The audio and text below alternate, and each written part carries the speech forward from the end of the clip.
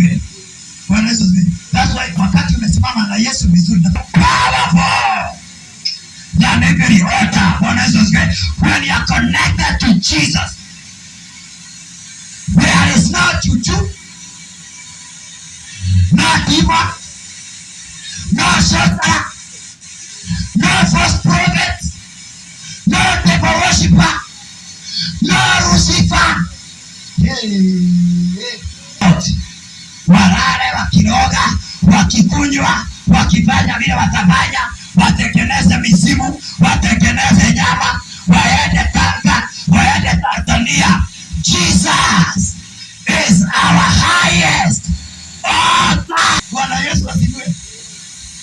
The battles of altars have not just started today. They were there even long time ago.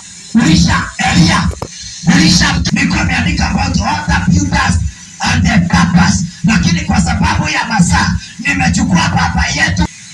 So the Lord God nitafupisha to give me the land. Bwana Yesu asifiwe. Praise be to the living God.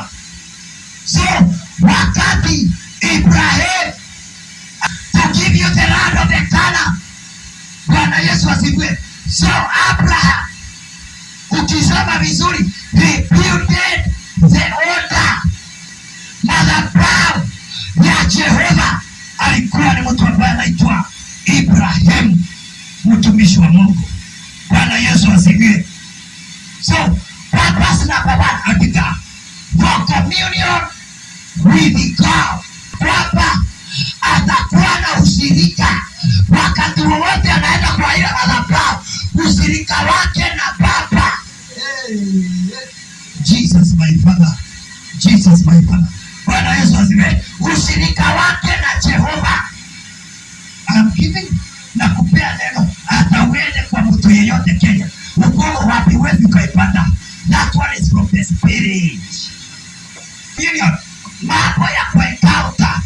Tulikuja hapa, we have encountered the angels. We have encountered the altar is for the God of the heaven to come here.